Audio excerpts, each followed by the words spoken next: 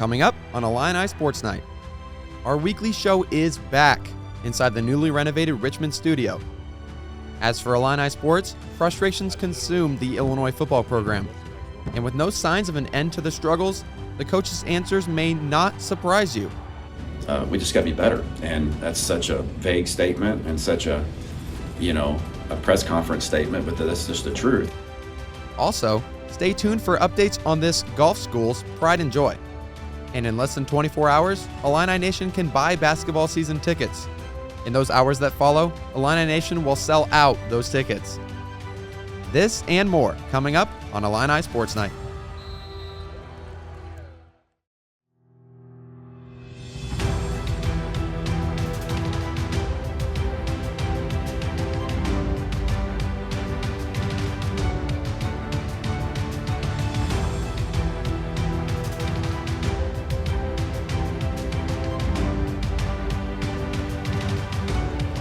Live from Richmond Studio at the University of Illinois, this is Illini Sports Night. Bad turned into worse last weekend for the Illini, where they faced the man who played a big part in last year's successful season, Ryan Walters. The current Purdue head coach spent 2 years at Illinois as the defensive coordinator, although his first season as a head coach started in an underwhelming 1-3 season. His first game against his old team resulted in a 44-19 blowout win. And many of us watching that game thought, how did we get here? A major factor for a team's success often lies in the hands of the quarterback. That man last year was the reliable and experienced Tommy DeVito, but replacing him this year is a guy who had one career start under center before coming to Illinois. Maisie Garrett delves into his progression thus far. That's right, Alec. Ole Miss transfer Luke Altmyer has had Illini fans hopeful. But as the season progresses, that hope has been paired with some anxiety. Taking care of the ball is a weakness so far for the sophomore. He has thrown the most interceptions in the country with 7, 4 coming from Penn State. One of his fumbles lost was the strip sack that gave Purdue its first touchdown last weekend. The Illini's offensive coordinator, Barry Lunney Jr., takes responsibility for these mistakes. But at the end of the day, it falls on me. I'm the coordinator, and my job is to coordinate the offense, and at times we looked uncoordinated, to be honest with you, and that's obviously disappointing, and that's how it's kind of been through the first 5 weeks. There's just been moments and ebbs and flows where we're just not tightened up. Coach Brett Bielema has stayed confident in his QB1 decision. It will be interesting to see how Altmyer handles this added pressure and if he can reward his coach's confidence with a big game. Another new face got a big chance in the fight against Purdue. Lead Illini running back Reggie Love is still recovering from an ankle injury he sustained against Florida Atlantic. Love made a game-time decision on Saturday to sit out, and the Illini needed a new leader on the ground. Only a true freshman, Caden Fagan has made just a few short appearances throughout the season, but the Purdue matchup was his time to prove what he could bring to the Illinois offense. During his time in the game, Fagan led the Illini with 85 rushing yards, more than his career total thus far. It's safe to say Fagan's performance last Saturday impressed his head coach. I thought the last 2 weeks in particular, he felt really good in all situations.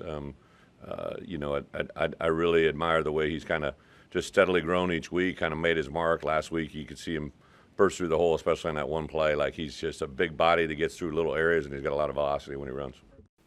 Coach Bielema has stated that Reggie Love should be back to take on Nebraska today. As for Fagan, it sounds like we should be expected to see more of number 3. Back to you, Will. Hello and welcome to Illini Sports Night's special presentation of the Road to the Final Four. I am your host, Noah Cowell. The regular season of college basketball has come to an end. Conference tournaments are over. Everything has led to this, the NCAA tournament. And for a 4th straight season, Brad Underwood and the Illinois men's team is in the field, and they're heading to the tournament as one of the hottest teams in the country. How so? Well, on Sunday, the Illini finished their journey of 3 straight wins in as many days, defeating Wisconsin in the Big Ten title game. Now, they have brought the Big Ten tournament trophy back to Champaign for the 2nd time in 4 years. The biggest reason for the Illini success? Terrence Shannon Jr. Coming off a 25-point outburst against Iowa, Shannon had one of the greatest offensive performances in the Big Ten tournament history. He started with 28 points in a close win over Ohio State, But the next day against Nebraska was next level. He scored 40 points, including 5 made three-pointers against the Huskers, delivering the Illini another win and breaking the tournament's single-game scoring record. Shannon became the 7th Illini to ever score 40 in a game. Jacob, that game came down to the wire. All 3 games came down to the wire.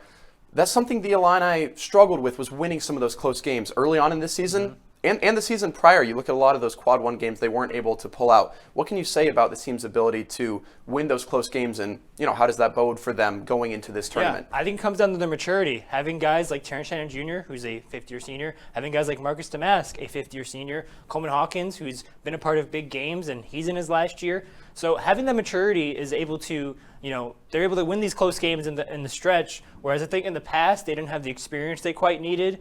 They're one of the oldest teams in the country, the 10th oldest team in the tournament, actually. So having that experience, I think, is a huge part, and then having guys like Terrence Shannon Jr. or Marcus Damask who can make a bucket whenever you need them to, late down the stretch, you can win any sort of game in that scenario. Yeah, the Illini, with that ability to win close games, it'll take them as far as they want going into the rest of the tournament. Thank you for coming on, Jacob.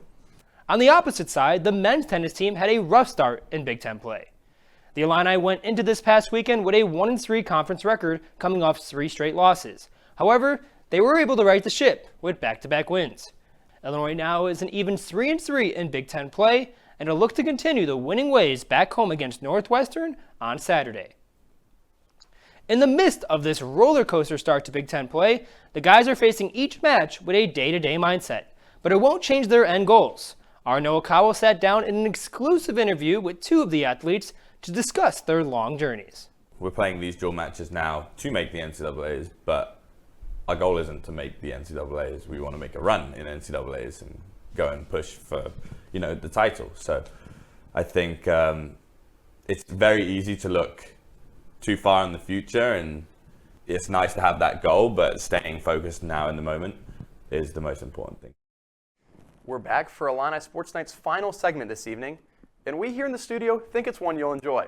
A few of our crew was tired of the lack of volleyball this winter and spring and decided to start their own intramural team.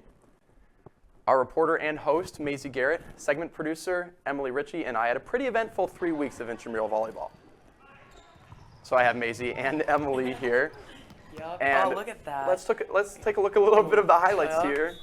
Okay, back to confidence. Look, for Noah. I was very expressive. Look at that nice little short serve from me. Check out this bullet serve.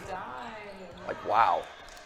Good form there on the set. Hey, you know what? Emily. Good thing there's that new NCAA rule. No more doubles. My roommate Joe right there. Did you see that hit? That was impressive. It's beautiful. Just gonna say. And watch this last one. Boom! Wow. Someone's really wow. Laid down the hammer. Look at that. And check this out. Look at this slow-mo. What? This is a check pretty that good. Vertical. Oh, you look at that comparison. Ooh. Corporate wants you to find a difference between those 2 pictures. Hint, they're the same picture. I can't Ever heard that reference? at all. I say Ginger Jordan, if you will.